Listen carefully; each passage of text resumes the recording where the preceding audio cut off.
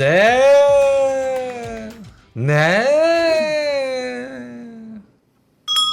반갑습니다. 9월 29일 방송 시작을 해보도록 하겠습니다. 네. 네. 3,436. 네. 3,400선을 단숨에 회복했네요. 그러니까 금요일 날 샀어야지. 근데 팔라며. 내가요? 아니 다 팔라 그러지 않았어요? 누가? 아니었나? 누가? 내가 그랬어. 그 말을 잘 들어야 돼. 아 왜 또 화가 나셨어요? 그렇게 아니, 정색하시고 말씀하시면 무슨 질문을 해? 두 분 한번 모셔보겠습니다. 네. 김장현 본부장님, 재기원님. 어서 오세요. 내가 오늘 아침에 안 나왔잖아요. 안녕하세요. 네, 아침에 안 나오셨어요? 네, 이게 사람들이 항상 그러는데 네. 팔잖아. 항상 다시 탈 타이밍을 항상 생각해야 돼. 맞아. 아 오늘 아침에 안 나오셨어요? 개인 일정 있으시다. 네, 왜 안 개인 나오셨습니까? 개인 일정. 아니 그럼 개인 일정. 묻지 마. 개인 일정인데. 프라이버시. 노는 건 아니었고 하여튼 뭐 네. 일정이 있었는데 네. 아쉽더라고. 저는 항상 여러분 말씀드리는 게 그러니까 우물우물 하지 말아라. 항상 그런 얘기하잖아요. 우물우물? 그러니까 팔 때도 빨리 팔고 살 때도 빨리 사요. 아. 오늘 아침에도 9시 5분 정도 되기 전에 사는 게 맞아요. 근데 오늘은 제가 말을 못했으니까 전달이 안 됐으니까 할 수가 없는 건데 그게 아쉽죠. 왜냐면 어저께 엄청 좋은 뉴스들이 몇 개 나온 게 있었거든요. 네. 그럼에도 불구하고 여전히 그냥 환율하고 같이 이동한 그냥 하루였어요. 환율이 1399, 1400 밑으로 약간 10원 내려가지 않았어요? 그렇죠. 환율이 1399, 1400이 언제였냐 보세요. 3월 20, 우리 며칠 전 9월 23일, 24일 아마 환율이 딱 거기일 겁니다. 네. 1395에서 1405 요 사이거든요. 그거 만치 갔을 때 그때 코스피 레벨로 가는 게 맞지요. 근데 그때 코스피 레벨까지는 못 가죠. 왜냐면 한번 맞았기 때문에 그거는 약간 의심적인 거가 있지만 어쨌든 환율하고 연동된 그냥 하루의 반등이었다라고 보여지는데 그게 예상이 됐던 거기 때문에 네. 아침에 시작할 때 가장 민감한 주식부터 되사는 게 맞아요. 네, 그렇게 하는 것이 패턴적으로 트레이딩에서 맞다라고 말씀을 드리겠습니다. 그 주말에 보니까 댓글창에서 이렇게 좀 언쟁이 있으시던데.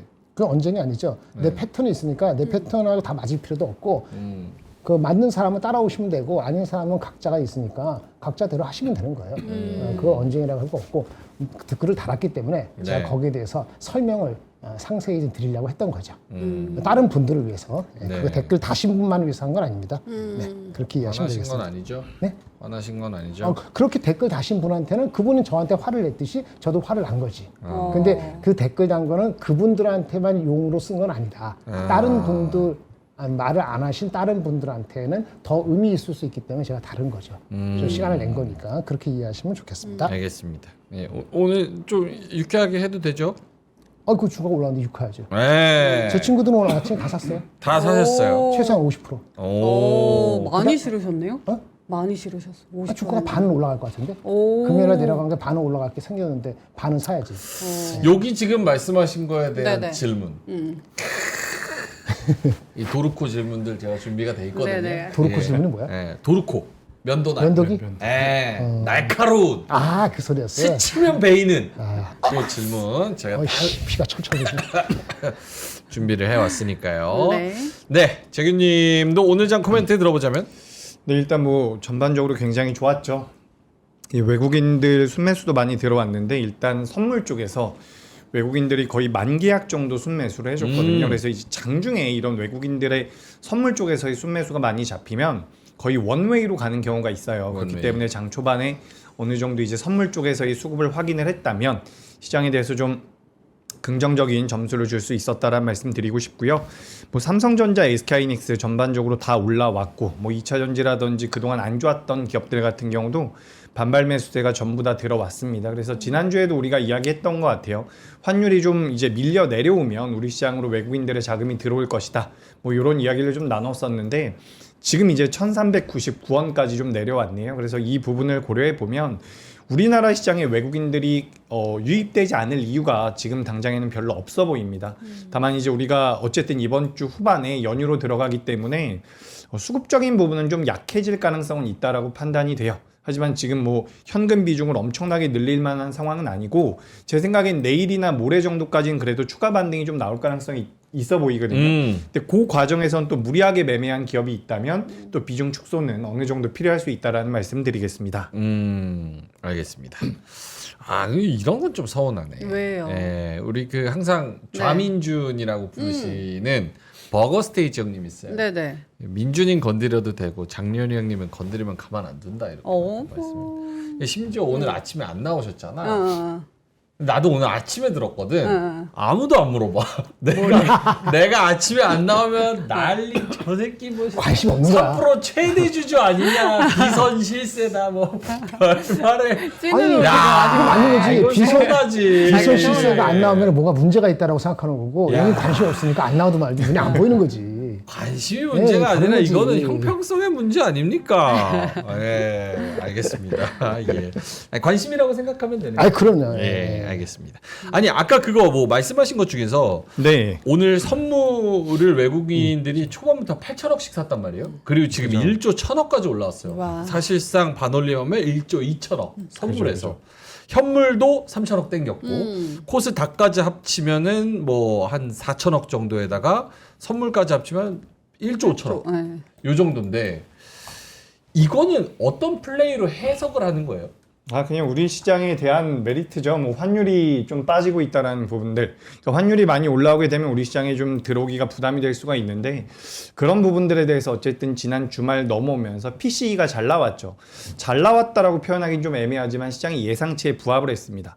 그러면서 미국의 달러가 꺾일 수도 있다라는 기대감, 뭐 금리 인하가 진행될 수도 있다라는 기대감, 그로 인해서 환율이 밀려 내려온다라고 한다면 대한민국 시장이 어느 정도 부각될 수 있다라는 그런 관점으로 좀 보시면 좋을 것 같고 오늘 굉장히 그래도 우리가 특징을 잡아본다면 오늘 비차익 순매수가 굉장히 많이 들어왔거든요. 비차익 순매수 민트 그런 거 모릅니다.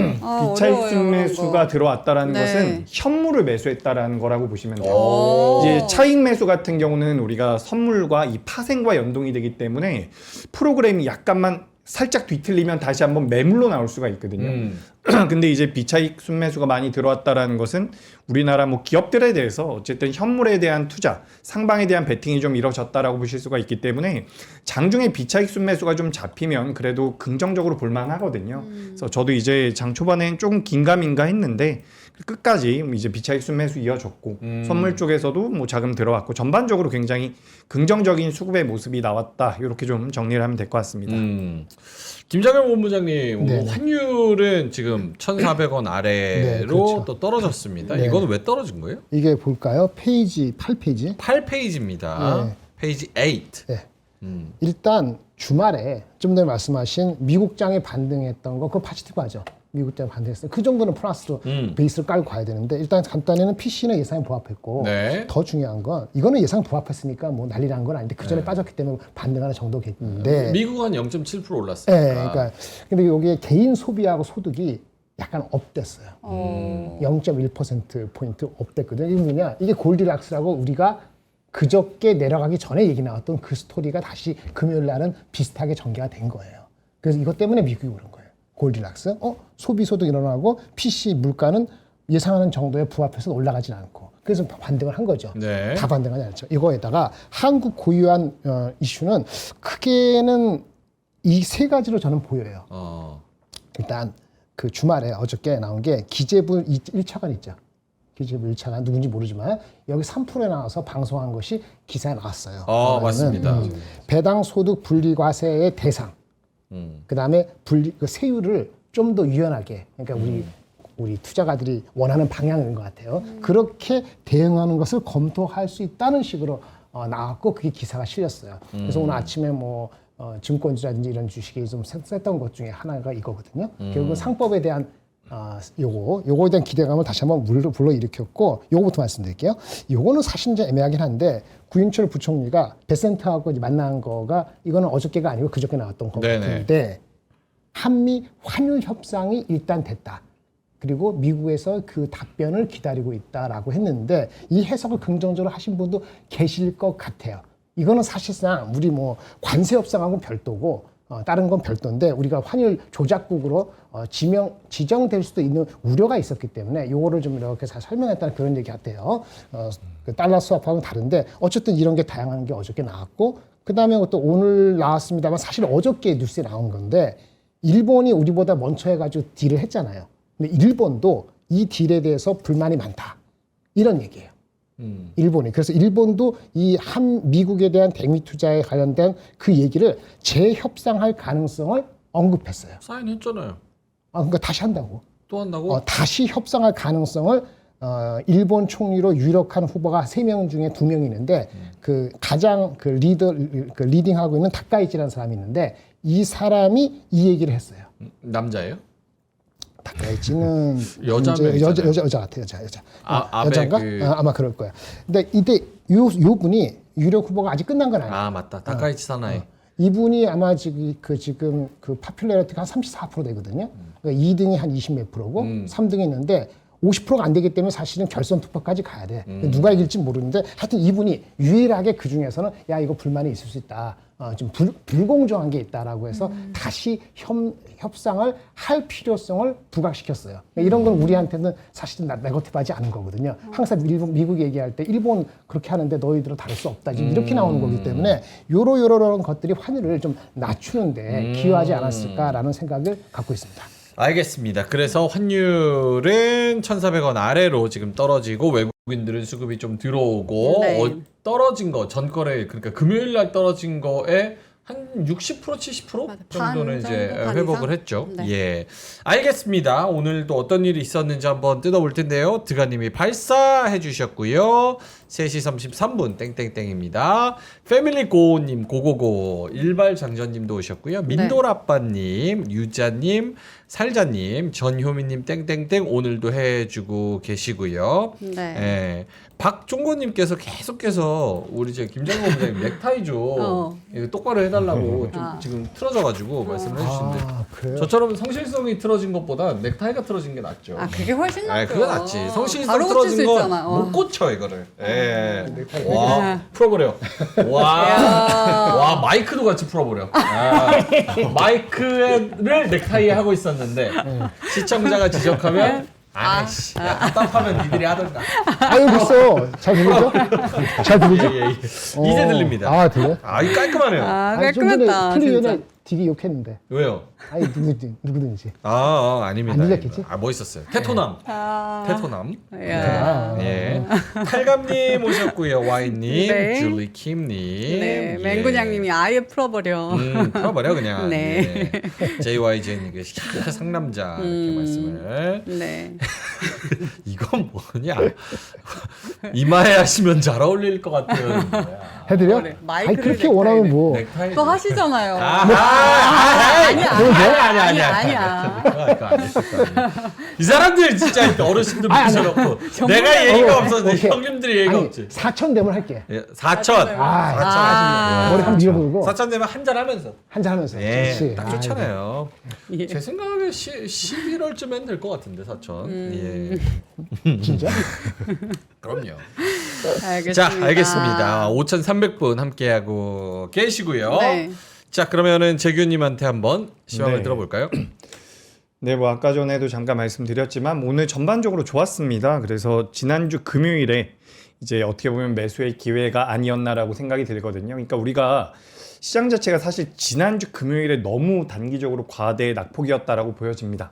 그렇기 때문에 오늘 같은 경우는 반등이 어느 정도 예상이 됐었던 부분인데 뭐 이것도 올라왔으니까 제가 이렇게 말씀을 드리는 거겠죠.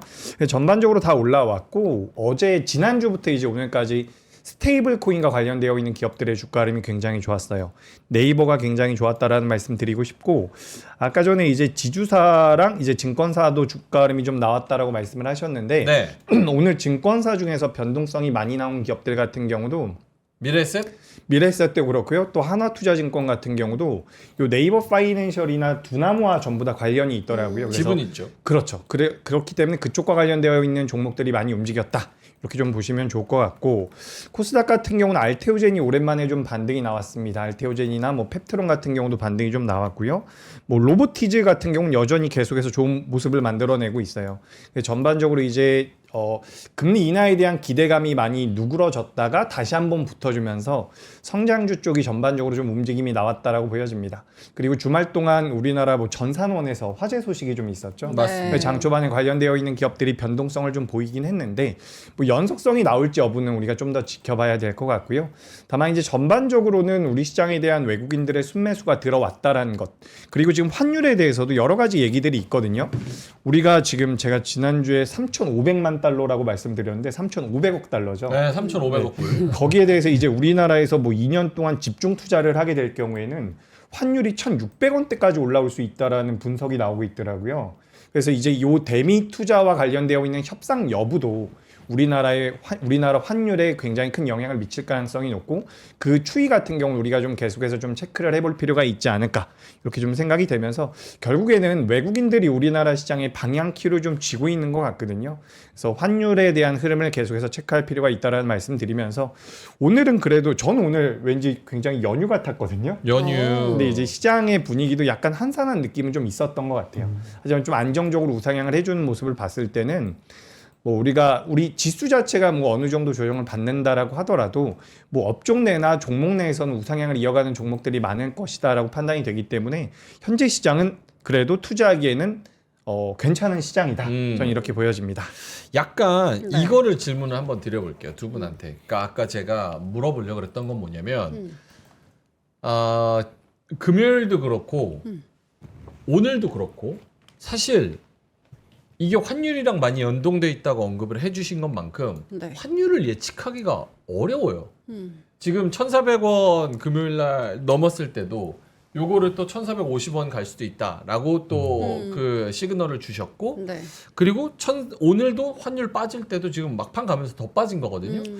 이런 것처럼 환율이랑 연동돼 있다 보니까 환율을 예측하기가 어렵고 1번으로 네. 그렇다 보니까 수급을 예측하기가 어렵고 그렇다 보니까 위아래로 어느 방향으로 갈지를 생각하기가 좀 어려운 것 같아요. 그리고 3,500선 근처에 와 있다 보니까 떨어져도 이상하지 않을 레벨이에요.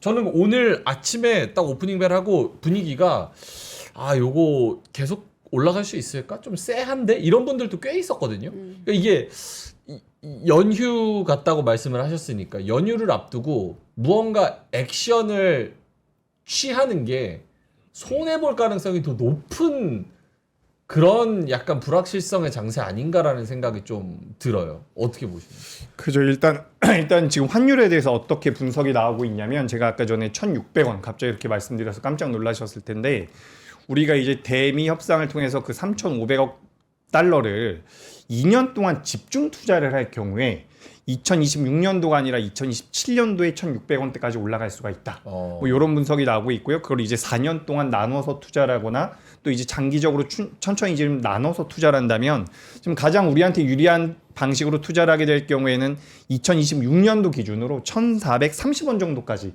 상단을 좀 보고 있더라고요. 근데 요 정도라고 하면 우리나라 기업들이 저는 소화를 할 가능성이 있다라고 보거든요. 근데 지금 환율을 통한 수급의 변화가 사실 예상하기가 어려운데, 제 생각엔 일단 당장에는 관세에 대한 협상이 어떻게 진행되는지가 가장 포인트라고 생각이 됩니다. 그래서 제가 지난주에도 비슷한 말씀 드렸는데, 저도 굉장히 명확하게 하는 거 좋지만 지금 이 국제 정세에 따르면 굉장히 우리나라 같은 경우도 얻을 건 얻고 취할 건 취하고 버릴 건 버리면서 굉장히 여우같이 좀 대응을 해야 될 것 같고, 전반적인 달러의 흐름 자체는 스탠스 같은 경우는 약세로 진행될 가능성이 높습니다. 지금 미국의 부채가 너무나도 많은 상황이기 때문에 트럼프 입장에서는 달러가 약세로 진행이 되는 게 여러모로 유리하거든요. 그렇기 때문에 우리나라와 대미 협상 간의 관세와 관련되어 있는 그 부분 자체가 3,500억 달러로 확정이 되거나, 이런 부분이 지금 어떻게 보면 좀 무섭게 다가올 수가 있는데 아직까지 확정되지 않은 부분이고, 여기에 대해서 좀 슬기롭게 펼쳐 나간다라고 하면 전 환율은 아까 전에 제가 말씀드린 뭐 1,430원, 1,620원까지 튀지는 않고 현재 구간에서 좀 변동성이 줄어들 가능성이 있다라고 보여지거든요. 지난주에도 똑같이 말씀드렸던 것 같아요. 환율은 천천히 움직이기만 하면 됩니다. 우리나라 기업들, 우리가 뭐 삼성전자도 이야기하고요, 대형주들 많이 이야기하죠.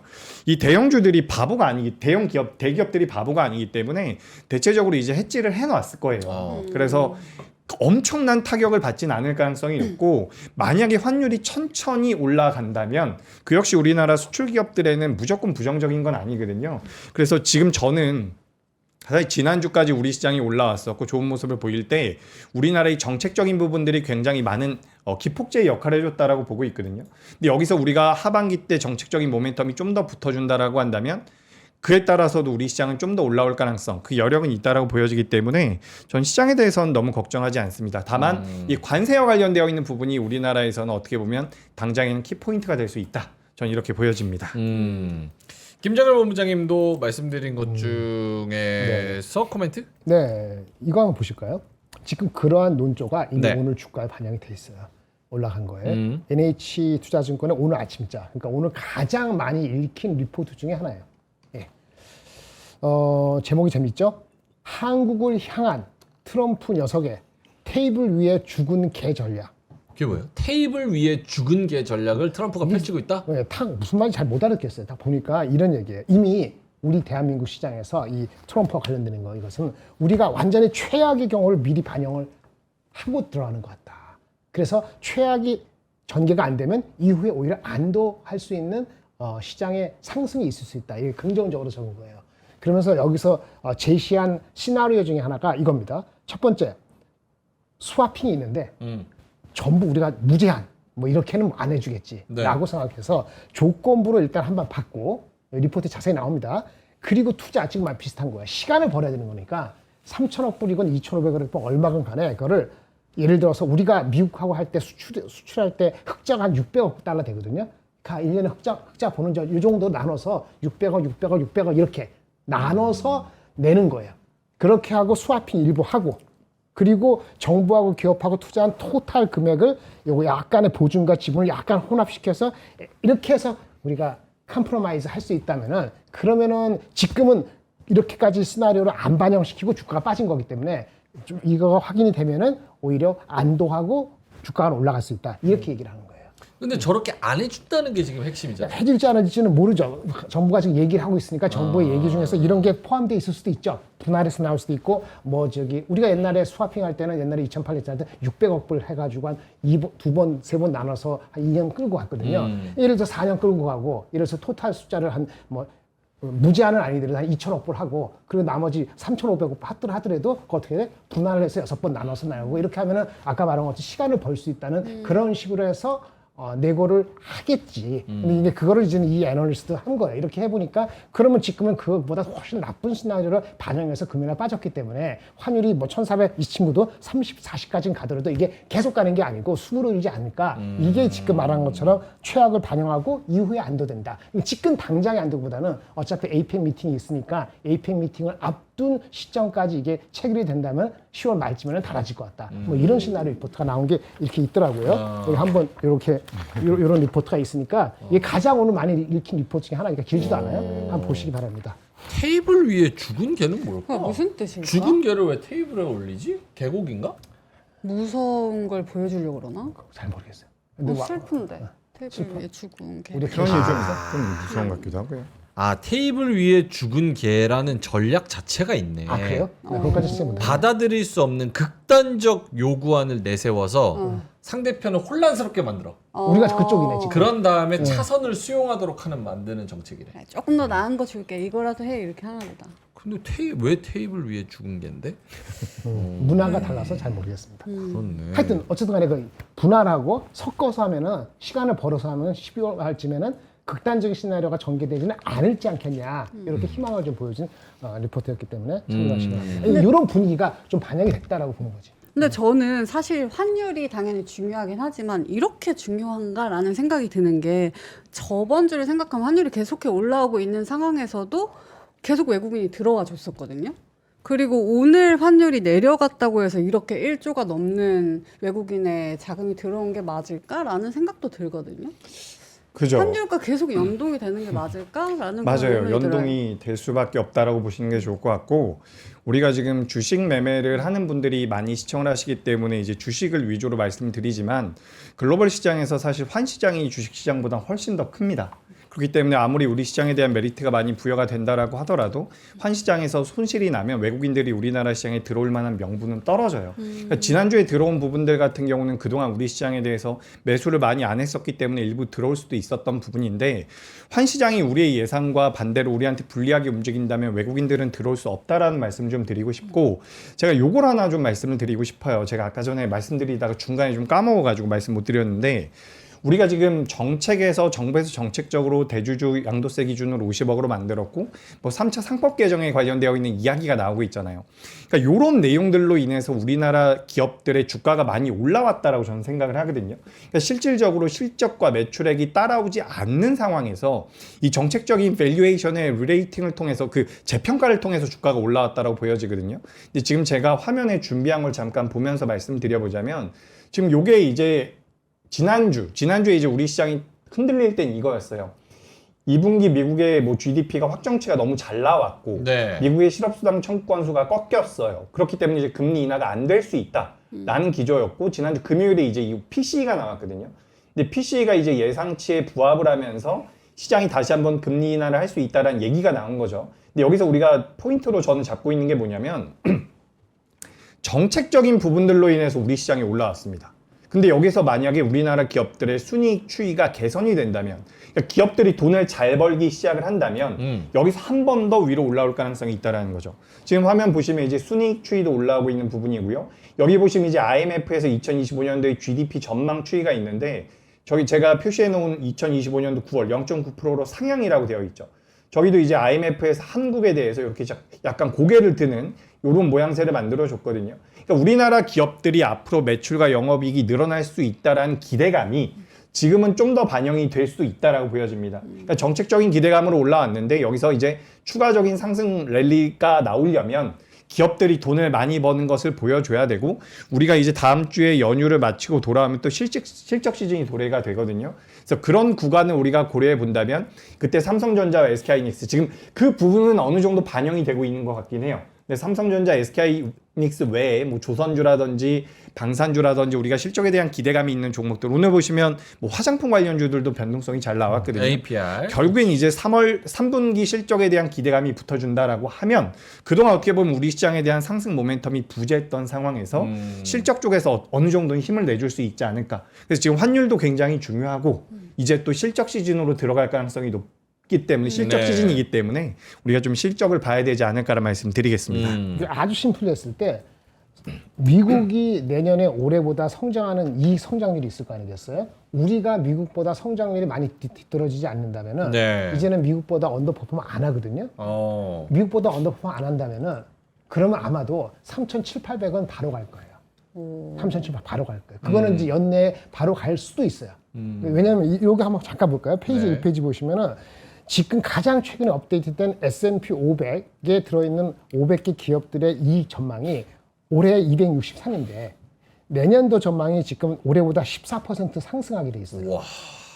그러면 밸류에이션 멀티플이 내려가지가 않으면 시간이 지나면 지날수록 좋은 숫자를 갖다 붙이게 돼 있죠. 지금 현재 올해 실적 기준으로 25, 6배 하면은 6,700이고 지금 여기에 근접한 건데 내년 숫자로 하면은 300이면은 7,700이거든요. 그러니까 지금은 내년 걸 다 땡기면 어렵습니다만 시간이 가면 갈수록 중간쯤 땡기지 않겠어요? 그러면 이게 약 10% 업사이드가 가시성이 있다는 건데 우리가 만약에 14% 이상 성장한다면 우리도 10% 업사이드가 있을 수 있죠. 디스카운트를 하더라도 한 7, 8% 있으니까 그렇게 하면 3,700은 아마 가시적으로 눈에 확 들어올 수도 있어요. 그래서 이익 전망이 매우 중요한데 삼성하이닉스 됐으니까 다른 업체도 붙으면은 그 미국 13% 우리 16%인데 그러면 3,700 가고 올해 끝내는 거지. 근데 그게 아니면은 이제 못 가고 흐르는 몸을 하고 이렇게 볼 수 있겠습니다.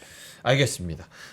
두 분의 오늘 말씀 이렇게 들어보면 사실 화, 수, 목 이렇게 이번 주는 3거래일 남았잖아요. 그렇죠. 이때는 액티브하게 움직이는 게 낫습니까? 아니면은 그냥 아무것도 안 하고 조용히 있는 게 낫습니까? 이번 주간 전략으로? 저는 뭐 목요일까지 봤을 때는 사실 자금이 들어오는 쪽이 변동성이 굉장히 크게 나올 것 같거든요. 그래서 뭐 트레이딩을 잘 하시는 분들 같은 경우 매매를 좀 하셔도 좋은데 저는 개인적으로 연휴는 좀 편하게 보내고 싶어가지고 연휴 전에는 주식 비중을 좀 줄여놓는 게 어떨까 물론 대형주들은 괜찮습니다. 대형주들 뭐 최근에 조정을 많이 받은 기업들 같은 건 괜찮고 우리가 이제 과거의 그런 이력을 보면 그 추석 이후에 우리나라 시장이 올랐던 적이 더 많다라고 해요. 그렇기 때문에 너무 걱정은 하지 마시되 뭐 예를 들어 좀 무리하게 매매하고 있는 종목들 같은 경우는 저는 조금은 줄여놓는 것도 괜찮지 않을까. 사실 뭐 종목별로 좀 다르죠. 그래서 정답을 말씀드리기보다는 저는 추석을 편하게 보내고 싶다. 그렇습니다. 이걸 왜 여쭤봤냐면 오늘도 올라온 종목들을 보면 네. 주로 바닥에 눌려 있거나, 그러니까 조금 위에서 떨어졌거나 API 같은 애들, 그리고 네이버 같은 애들, 그러니까 못 갔거나, 그리고 뭐 화재 얘기하셨듯이 뉴스가 있거나, 맞아. 이벤트. 그 상법 개정에 관련된 애들이거나 이런 애들이지 뭐 시장이 전반적으로 좋다 잘 간다 해가지고 조방 뭐 전력설비 원전 이런 애들이 쫙 간 게 아니거든요. 그래서 약간 트레이딩의 개념으로 더 많이 바라보시는 것 같다 이런 생각이 들어서. 근데 만약에 연휴 끝나고 쑥 달린다면 지금 또 담아야 되지 담아놔야 돼? 않나라는 생각도 그 하시는 여름에 분들 무슨 많을 일이 것 같아요. 있을지 모르는데 이번 주에 일정이 뭐가 있는가 이것만 생각해 봅시다. 이번 주에 가장 큰 일정은 10월 3일. 우리 쉬는 날이잖아요. 네. 10월 3일. 그때 고용 데이터가 나와요. 상관없잖아요. 아니 이게 중요하지. 이거 PC 때문에 왔다 갔다 하듯이 고용 데이터 또 왔다 갔다 할 수 있어. 아니. 금리 때문에요? 아, 그럼 당연하지. 그거 있을 수 있고요. 그거 아니더라도 이거는 너무 흔해 빠져서 이제 사람들이 치고 별로 안 보는데 미국 정부 셧다운. 에이, 그거 셧다운 안 문제. 돼요. 근데 그것도 그러니까 셧다운 이슈는 항상 되는데 이미 그걸 반영해서 주시장의 변동성이 있었다는 해석이 많기 때문에 그럼 결국은 뭐죠? 이번 주에 PC가 아니고 그 노동 데이터 비농업 취업자 수가 한 5만 명 취업한다고 보는 건데 지난달보다도 한 더블 22,000보다 그 데이터가 이제 그 많이 안 나오고 적게 나오면 그것도 또 이슈가 될 소지도 있거든요. 그래서 그거 말고는 사실 큰 거 없어. 그거 말고 큰 거 없다면 아까 잘 말씀하셨는데 조방원은 그렇게 움직이지 않았잖아요. 그러면 트레이딩이 맞아요. 만약에 주가가 빠졌을 경우에 살 수 있는 거는 만약에 그걸 지나서 한다면은 역시 하이닉스밖에 없어. 왜냐하면 반도체. 10월 중순 이후부터 AI에 대한 업데이트가 또 될 거거든요. 근데 제가 오늘 가져왔는데 하이닉스와 관련되는 최근의 업데이트 주말에 된 거를 이제 가져왔어요. 그거 보시고 만약에 산다면 하이닉스만 사시면은 어느 정도 사시면은 크게 무리가 없겠다는 생각 정도는 갖고 있습니다. 나머지는 트레이딩 같아요. 제가 경제방송 13년 차인데 셧다운은 13년 동안 있었습니다. 그때 매수해야 돼. 예. 그때 잠깐 흔들렸다 바로 다시 올라. 근데 이번엔 매수도 못하지. 그렇죠. 아, 연휴니까. 근데 주로 연휴 때 무슨 일이 있을지 모르고 이러면 무슨 일 없더라고. 주로. 근데 또 이 생각하면 있더라고. 아니야. 양자역학이야? 내가 관측하면 바로 떨어지나 보네. 네. 알겠습니다. 자, 그래서 두 분의 큰 틀의 전략에서 이번 주 주간 이야기들 한번 살펴봤고요. 자, 재규님 오늘 뉴스 있는 거 한번 가볼까요? 네, 오늘 뭐 시장 괜찮았고 전반적으로 이제 좋았는데 특징적인 게 몇 개 있었던 것 같아요. 그래서 준비를 좀 해봤습니다. 뭐 트럼프 관세 이런 거 넘어가고 트럼프 관세 하실까요? 안 중요해서? 넘어가 될 것 같아요. 뭐 많이 이야기했었던 거라서 이제 트럼프 관세에 부과되면서 뭐 1934년 이후에 가장 높은 관세율이 진행이 되고 있답니다. 그래서 이런 부분들을 통해서 이제 약간 미국이 좀 휘청거리지 않나. 그래서 이제 달러의 패권이 좀 약해질 수 있다. 그렇기 때문에 스테이블 코인 쪽에 대한 투자가 진행이 될 것이다. 뭐 이런 내용으로 지금 이제 시장에선 내용이 좀 이어지고 있는 것 같은데 제가 뒤에 설명을 한번 더 드려보도록 하겠습니다. 일단 뭐 ADR 같은 경우는 이제 코스닥은 조금 다시 올라오는 모습이에요. 그러니까 지난주에도 제가 이 이야기를 좀 말씀드렸거든요. 지난주 금요일에 우리 시장이 꽤 밀렸는데 뭐 요 ADR 기준으로는 과매도로 들어갈 가능성이 있기 때문에 오히려 매수의 기회가 될 수 있다라는 말씀을 제가 지난주에 드렸죠. 그래서 오늘 APR 올랐잖아요. ADR 좋아서. 관련이 있나요? 아, 그렇게 하는 거예요, 원래. 대단하다. 역시 국장. 국장은. 진짜. 네, 끝내줘. 죄송합니다. 죄송해요. 예, 그래서 이제 ADR도 이제 좀 올라오는데 이게 개인 투자자분들께서 매수를 하기 어려운 수준까지 올라와 있진 않다. 시장 자체가 그렇게 좀 보시면 좋을 것 같고요.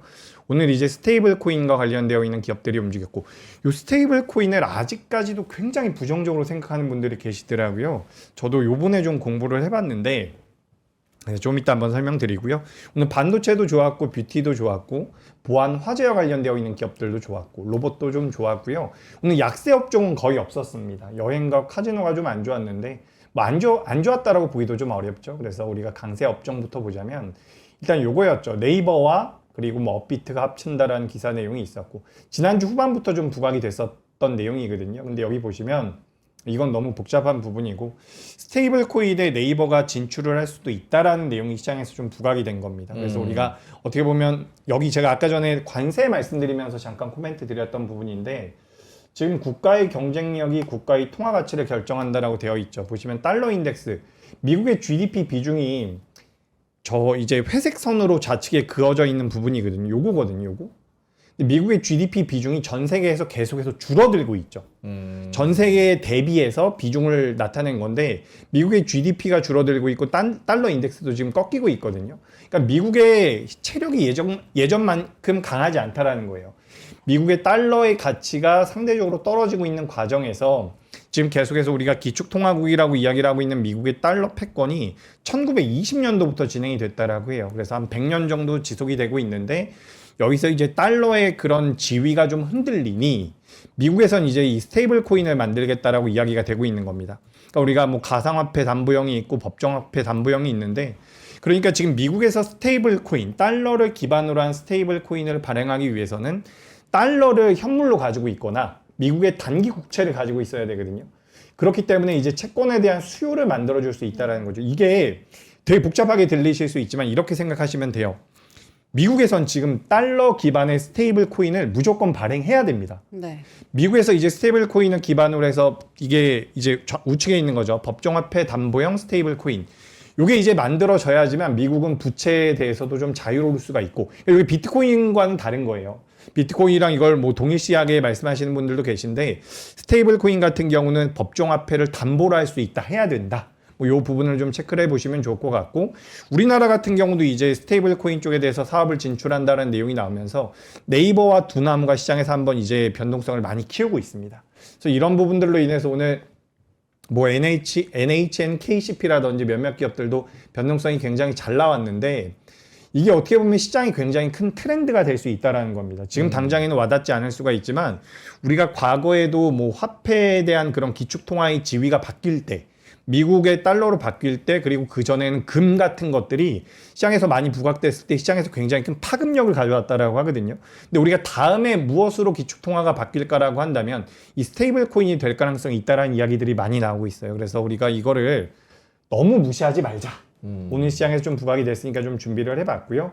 이건 이제 국가정보자료원, 국가정보자원관리원에서 화제가 났다라고 하죠. 그래서 이 부분들로 인해서 종목들이 변동성이 나왔는데 냉정하게 따져보면 제 생각엔 클라우드와 AI 데이터 쪽만 움직이는 게 맞는 게 아닌가라고 생각이 되거든요. 또 오늘 보안주들도 변동성이 좀 나왔어요. 아무래도 이제 연휴를 앞둔 상황이기 때문에 뭐 변동성이 좀 큰 종목들이 테마성을 가지고 좀 움직임이 나왔다. 이렇게 좀 말씀드리면 좋을 것 같고 로봇 쪽 같은 경우는 제가 우리 방송에서 많이 말씀드렸던 것 같아요. 오늘도 로보티즈라든지 계속해서 좋은 모습 나오더라고요. 그래서 우리나라에서도 투자를 하겠다라는 내용들, 정책적인 부분들 이렇게 부각이 되면서 로봇주도 움직였고요. 이번 주 테슬라 뭐 있죠? 인도량 맞아요. 공개랑 FSD 버전 14인가 나온다 그러던데 이번 주에? 맞아요. 테슬라도 이번에 모멘텀이 있죠. 인도량이 잘 나옴에 따라서 잘 나오느냐 못 나오느냐에 따라서 우리나라 2차 전지의 변동성이 커질 수 있다라고 하는데 사실 뭐 그게 같이 안 움직인 지는 꽤 된 것 같습니다. 그래서 테슬라 같은 경우는 일단 우리 시장에는 로봇 쪽에 대한 영향을 많이 주고 있는 것 같아요. 그래서 그쪽 보시면 좋을 것 같고 아까 전에 이제 증권주 말씀 잠깐 드렸었죠. 증권주 같은 경우도 뭐 상법 개정에 대한 기대감 우리 지난 시간이었나요? 지지난 시간에 상법 개정이 2026년도로 연기될 수 있다. 그런 말씀 잠깐 드렸었는데 다시 연내에 진행될 수 있다는 내용이 나온 것 같아요. 그래서 관련돼서 좀 변동성 나왔고 오늘 근데 증권주 중에서 특히 변동성이 컸던 것은 그 두나무 스테이블 코인과 관련돼서 지분을 가지고 있는 기업들이나 관련해서 이제 사업을 영위하고 있는 기업들의 변동성이 좀 커졌더라고요. 근데 전 연말까지 보거나 내년까지 본다면 지금 우리나라 밸류에이션이 꽤 많이 올라왔더라고요. PBR 기준으로 했을 때도 4월 달보다 지금 30%에서 40% 정도 올라왔는데 그럼에도 불구하고 저평가라고 하거든요. 그래서 우리가 연말까지 보면은 뭐 증권주도 여전히 좀 매력적일 수 있다. 이렇게 좀 말씀드리면서 오늘 전반적으로 다 괜찮았어요. 괜찮았고 오랜만에 이제 게임주들 같은 경우도 변동성이 좀 잘 나와주더라고요. 그러니까 순환매 차원에서 좀 자금이 들어오는 것 같다. 이렇게 말씀드리고 이거는 뭐 제가 목요일 날 보여드리면 좋을 것 같은데 추석 연휴 전에가 좀 안 좋았고 추석 연휴 이후에가 좀 더 좋았다라는 이런 자료 데이터가 있으니까 이것도 한번 그럼 체크해 보시면 저 전에 사서 후에 팔면 개꿀이네. 맞죠. 그게 맞는데 저는 잘 모르겠습니다. 아 그래요? 예. 알겠습니다. 민트 뭐 궁금한 거 있어요? 이거 지금 보여주신 거 중에서 안 봤죠? 아 봤어요.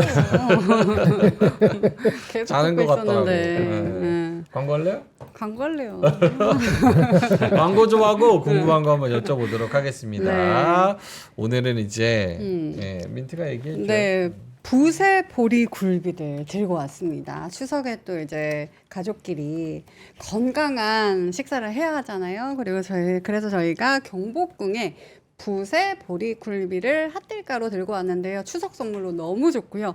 30년 전통의 경복궁에서 나온 보리굴비라 믿고 선물도 할 수 있고 드실 수 있습니다. 명절 한상의 품격을 더하는 프리미엄 굴비 선물 세트이고요. 상자를 딱 열잖아요. 그러면 풍성한 향과 깊은 맛이 전해진다고요. 어때요? 밥 한 끼 하고 싶다. 이 한 마리 한 마리 이렇게 포장돼가지고 아침에 제가 다 먹었어요. 아 진짜? 네.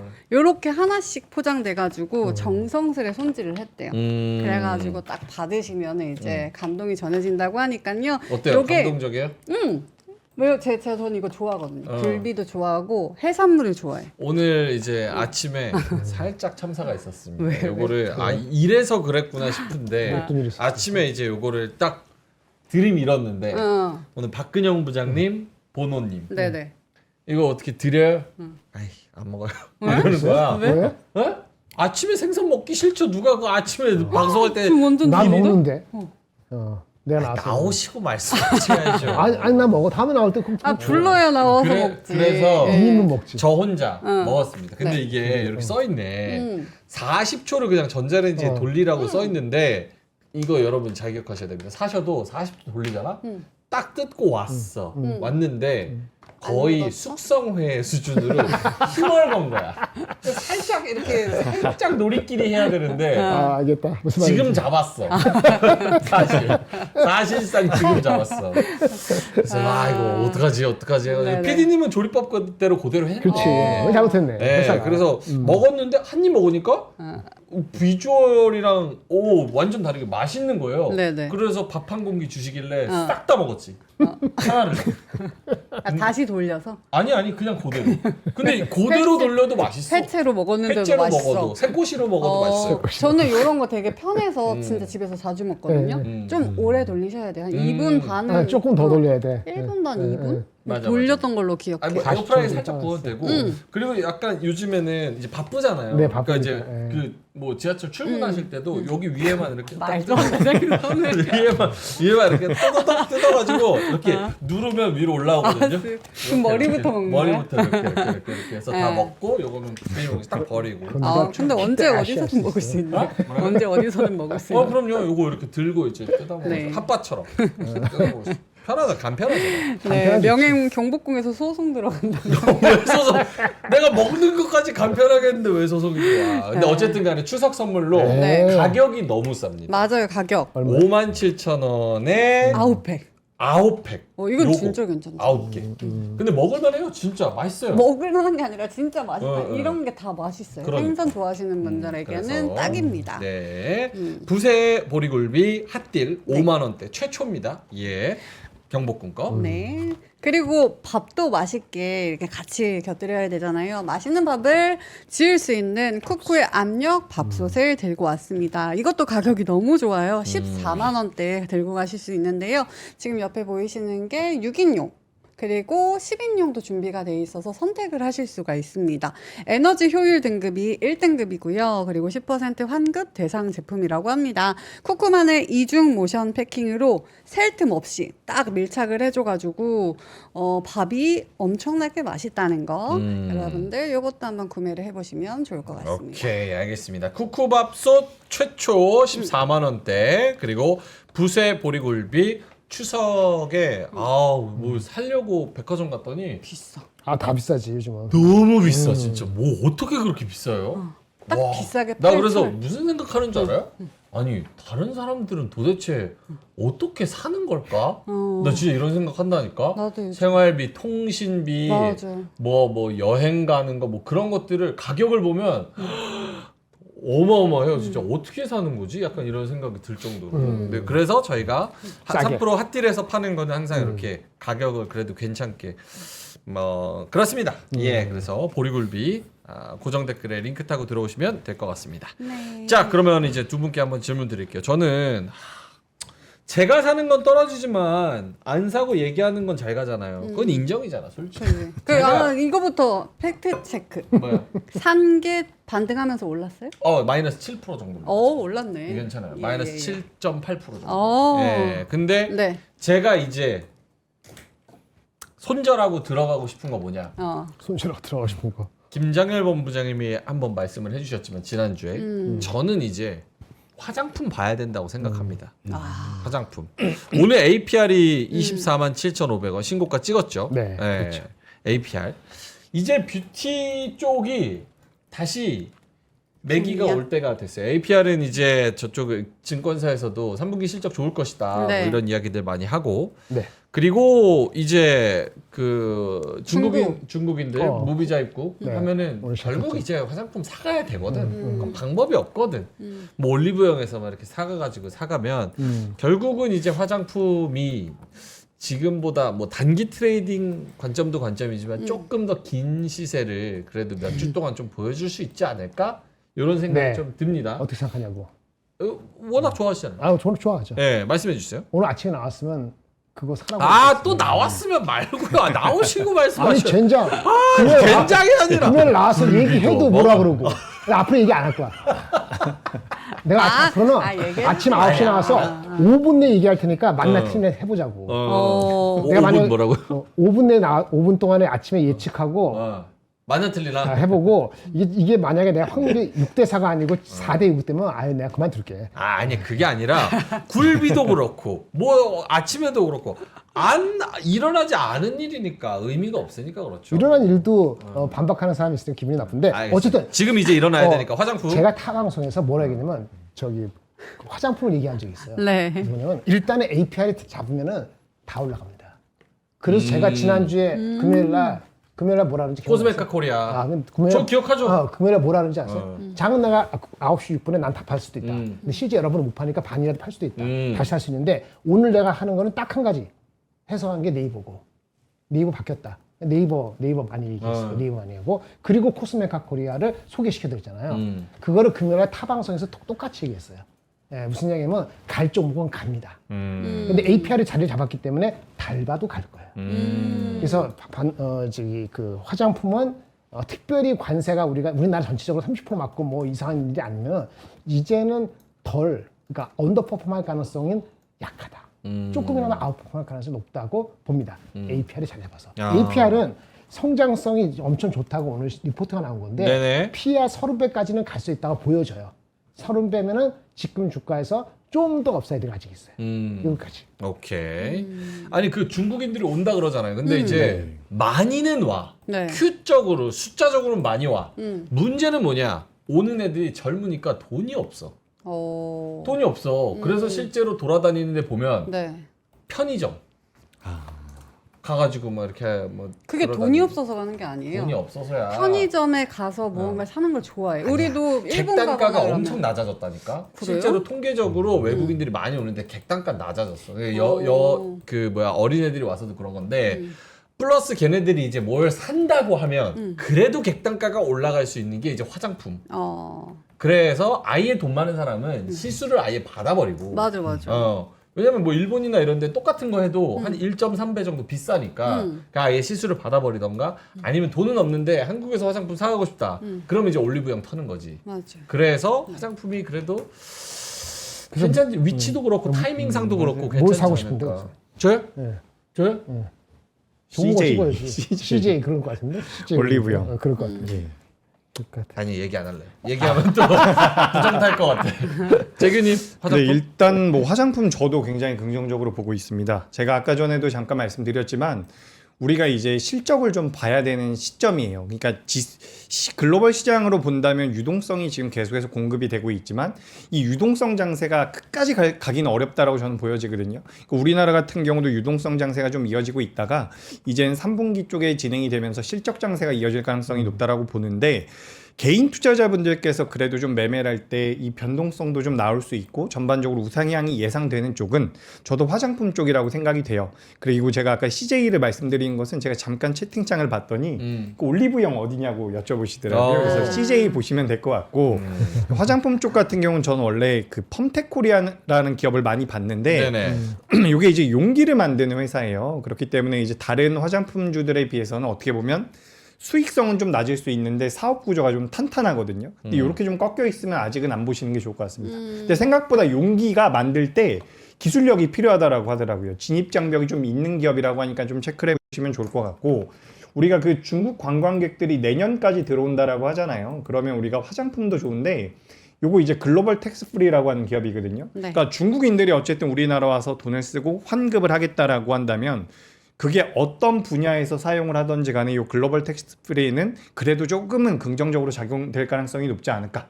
얼마 전에 좀 잡음이 좀 있긴 했어요. 미용 의료기기 쪽에 대해서는 뭐 세금을 이렇게 깎아주지 않는다. 뭐 이런 얘기가 좀 있었던 것 같은데 그런 부분들도 저는 어느 정도 반영이 됐다라고 보고 있기 때문에 중국 관광객들이 들어왔을 때 동시다발적으로 수혜를 받을 수 있는 기업은 요 글로벌 텍스 프리 정도가 될 수 있지 않을까라고 생각이 돼서 뭐 4천억짜리입니다. 뭐 작은 기업들 선호하지 않으시면 안 보시는 게 좋을 것 같고요. 뭐 화장품 기준으로 보면 지금 실리콘투 같은 경우도 저는 개인적으로 이제 실리콘투 같은 경우는 좀 힘이 빠졌다라고 생각을 했는데 또 오늘 이제 APR이 자리를 딱 잡아주니까 실리콘투도 좀 눈에 들어오거든요. 약간 대장주의 성격을 띠고 있는 기업들 위주로 보시는 것도 좋겠다라는 말씀 드리겠습니다. 알겠습니다. 자, 그리고 저거 증권주 아니면 네이버 둘 중에 뭐 말씀하시겠어요? 얘기하는 거야? 네. 증권주랑 네이버 둘 중에 말씀. 없습니다. 아니, 상관없는 게 아니라 더 요게 의미가 있겠다 싶은 거. 상승. 네이버. 네이버. 네네. 어떤 말씀을 해주고 싶으세요? 네이버가 조금만 더 오르면 네네. 제가 주주잖아요. 카카오 아니야? 카카오 반, 네이버 반. 항상 카카오만 얘기해서 네이버는 안 아니에요. 넣고 싶지 네이버 않았어요. 제가 축하드립니다. 아니. 제 평단이 36만 원인가 얼마 그래요. 안 남았네 뭐. 10만 원밖에 안 남았네. 말이 안 나오네. 이렇게 갈것 같은데? 돌려서. 갈 것 같은데? 이걸 들어봐야 될 것 같아요. 갈 것 같은데? 갈 것 같아요. 네. 그거 한번 말씀해 주실까요? 일단 그 두나무하고 했는데 네이버 파이낸셜, 네이버 페이. 네이버 페이가 두나무보다는 가치가 훨씬 낮거든요. 근데 그럼에도 불구하고 이거를 성사시키려고 좀 하는 거잖아요. 그럼 네이버의 그 창업자 이혜진 씨인가? 그분이 큰 그림을 그리는 것 같아요. 어떤 큰 그림이요? 그러니까 뭐냐면 자기가 창업주로서의 그거를 포기라는 양보하면서도 네이버 그룹을 크게 만들어야 되겠다. 자기가 부족한 거를 껴안아야 되겠다. 이런 결단을 내린 것 같다는 생각이 개인적으로 듭니다. 그래서 이들은 되기만 하면은 그러니까 송치영 씨라는 그 사람이 그 두나무의 헤드잖아요. 근데 이게 가격으로 따지면 두나무 가치를 훨씬 많이 쳐줘야 되거든요. 그럼 나중에 이게 네이버 페이가 하나로 하더라도 이 사람의 실질적인 가치가 엄청 커지게 되는 거예요. 물론 그래서 네이버 파이낸셜이 두나무를 먹더라도 네이버 파이낸셜을 미국에 상장시켜갖고 뭐 이렇게 한다는 여러 가지 수책이 있는데 뭐가 됐든 간에 크게 양보한 거라고 보거든요. 그러니까 큰 그림을 그리는 거라는 측면에서 의미가 있고 만약에 두나무가 했을 때 시가가 최소 10조, 14조인데 만약에 상장을 시키면 이게 20조 얘기가 나왔기 때문에 네이버 파이낸셜이 두나무의 힘에 입어서 만약에 더 실적이 좋아지면은 네이버 파이낸셜 두나무를 품은 네이버 파이낸셜은 가치가 훨씬 커질 수 있거든요. 그러면 네이버는 여태까지 성장성이 낮다는 그래서 항상 20배, 25배가 쉽지 않았던 건데 그걸 뚫을 수도 있어요. 그럼 애널리스트 목표 주가라는 것들이 30만 원, 36만 원 것들이 과연 이런 딜에 대해서 얼마나 상상을 하고 주가를 잡아놓은 게 목표 주가 36만 원이 최고일까라고 본다면 목표 주가는 아마 한 단계 레벨 업 될 가능성이 높습니다. 라고 저는 봅니다. 오케이. 그래서 저 회사 내에서도 금요일 날인가 목요일 날 얘기할 때 저는 굉장히 좋게 봅니다. 내가 방송에 있잖아요, 금요일 날. 다른 거 필요 없고 난 이것만 본다고. 삼성하이닉스 좋지만 이것만 본다고. 그러니까요. 이렇게. 네이버가 사실은 저희도 몇 년 동안 얘기를 했지만 진짜 답답했잖아요. 저는 네이버 요거 빼고도 내용이 되게 좋다고 생각하는데 밸류를 많이 못 받으니까 그랬었는데 어쨌든 요런 모멘텀으로 이제 또 기대해 보신다니까 조금 금요일에 같이, 사라고 했어요 친구들한테. 기대를 한번 해보도록 하고요. 재규님도 증권주, 금융주 아니면은 네이버 편하신 거. 일단 네이버가 굉장히 매력적이긴 합니다. 제가 아까 전에 스테이블 코인에 대해서 잠깐 말씀드렸잖아요. 그래서 이게 사실 잘 와닿지 않는 분들도 많을 거예요. 근데 스테이블 코인을 통해서 사업을 새롭게 확장을 할 수 있다라고 보시면 좋을 것 같고, 이 업비트라는 그 두나무가 가지고 있는 가상자산 거래소가 전 세계에서 3, 4위권 규모를 가지고 있다라고 해요. 그래서 그런 부분에 대해서 이제 사업 자체가 좀 확장성을 많이 가져갈 수 있다라고 본다면 저도 네이버 같은 경우는 굉장히 매력적이라고 보여집니다. 그러니까 신사업이 붙은 거죠. 성장성이 부여될 수 있다는 말씀 드리고 싶고, 증권주도 저는 긍정적으로 보여지거든요. 근데 증권주는 굉장히 느립니다. 제가 요거 잠깐 보여드리면 네. 지금 화면에 제가 아까 전에 뭐라고 말씀드렸냐면 이제 실적 시즌이다라고 말씀드렸는데, 실적이 잘 나올 수 있는 게 조선과 방산 그리고 뭐 화장품, 증권 정도라고 저는 생각을 하거든요. 근데 이제 증권주들 같은 경우도 대형 증권사 실적 추이가 좌측에도 올라오고 있고요. 우측 같은 경우는 중소형 증권사 같은 경우도 실적 추이가 굉장히 가파르죠. 그러니까 증권사는 여러분들께서 너무 복잡하게 생각하지 않으셔도 돼요. 결국에는 우리가 브로커리지 수익이라고 해서 매매를 많이 하면 수익성이 좋아진다라고 보시면 좋을 것 같거든요.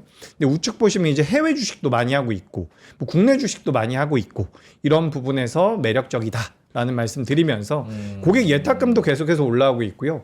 국내 일평균 거래 대금 같은 경우도 지금 전망이긴 하지만 저 점선으로 되어 있는 부분은 전망인데 올라온다라고 하면 증권주들이 안 좋을 이유는 별로 없다라고 보여집니다. 게다가 뭐 채권도 많이 가지고 있기 때문에 추후에 미국에서 국채금리가 떨어진다라는 내용이 나왔을 때에도 뭐 가치가 좀 추가적으로 붙을 수 있다라는 말씀 드리면서 지금 우리 시장이 7월달, 8월달에 굉장히 많이 올라오긴 했지만 신흥국들에 비해서는 여전히 저평가입니다. 근데 이 저평가인 것을 개선하기 위해서는 저는 증권주도 갈 거라고 보거든요.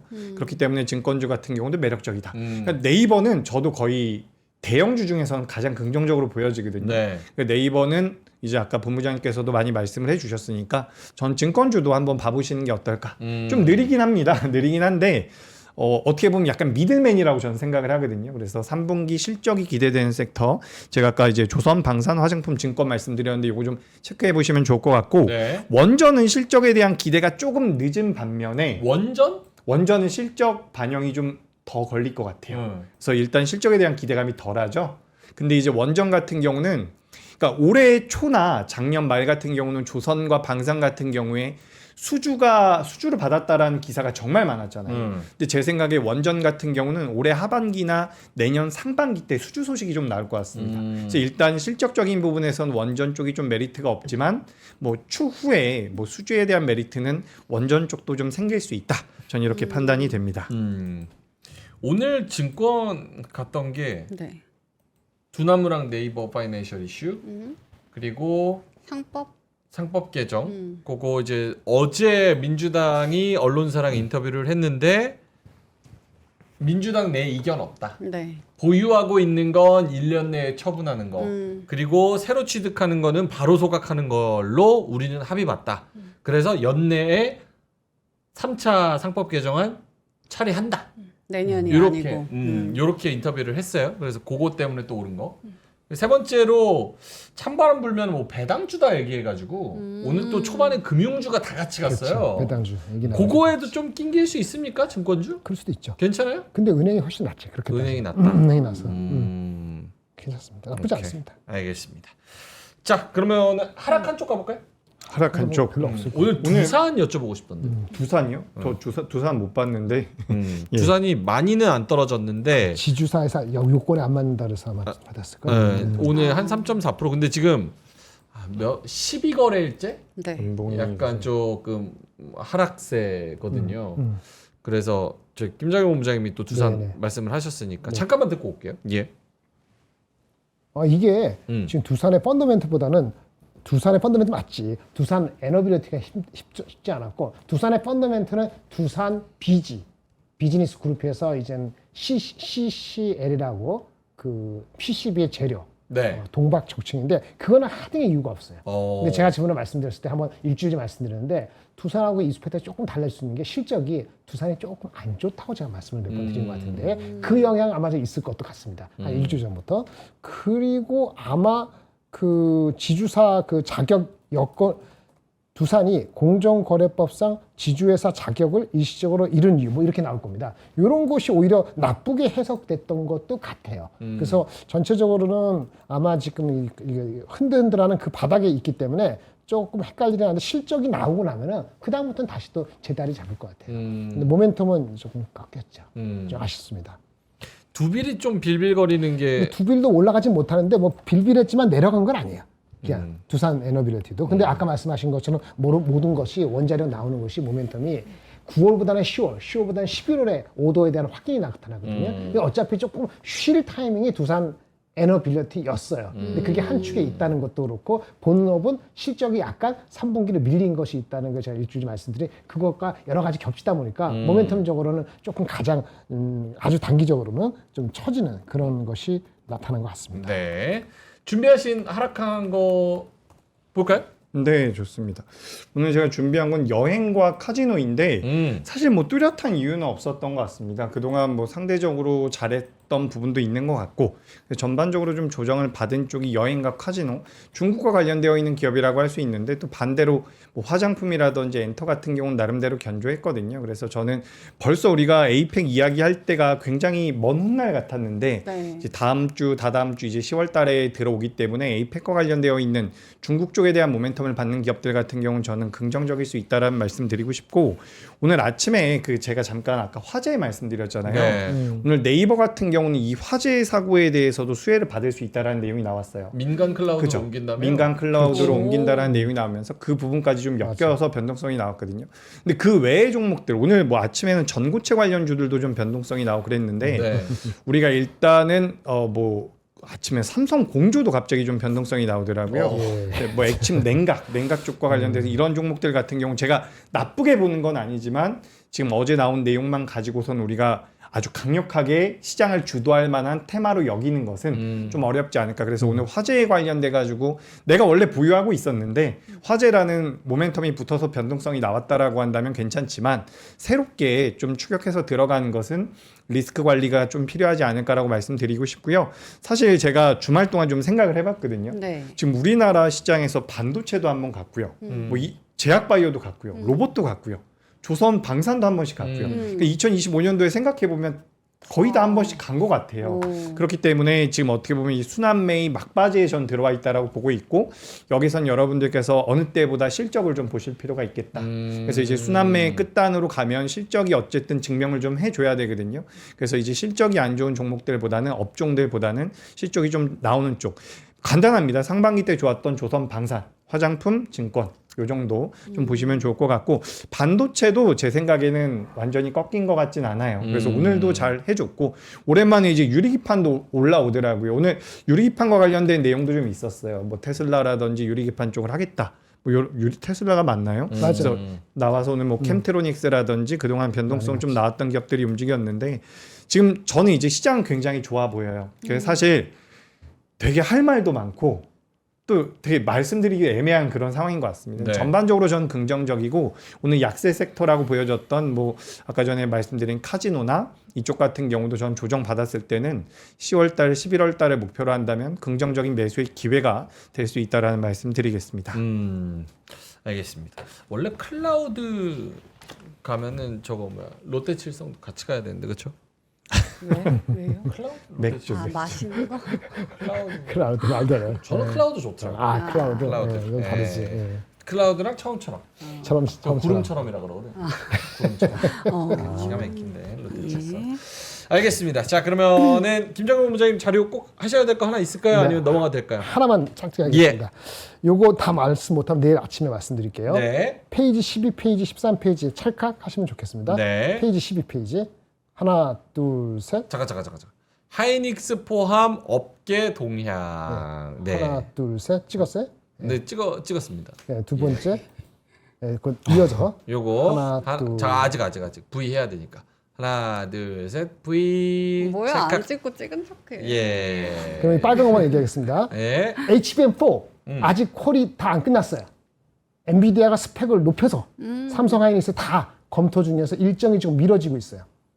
오케이? 이거는 그다지 좋은 건 아닌데 계속 이렇게 되면 엔비디아도 문제가 되니까 결국은 끝날 거다 얘기고 두 번째 그 GPU하고 HBM 있고 요 밑에 로직 다이라고 베이스 다이 있고 뭐 이렇게 있었어요. 네네네. 베이스 다이는 하이닉스한테 듣기로는 그다지 중요한 게 아니다. 이렇게 주장을 하고 있고요. 그 다음에 우리는 엔비디아 용으로 누구 용으로 하는 HBM이 그 커스텀된 HBM도 있거든요. 이거 중요합니다. 커스텀 된 거는 삼성 하이닉스 마이크론이잖아요. 셋 다 안 가져갈 거예요.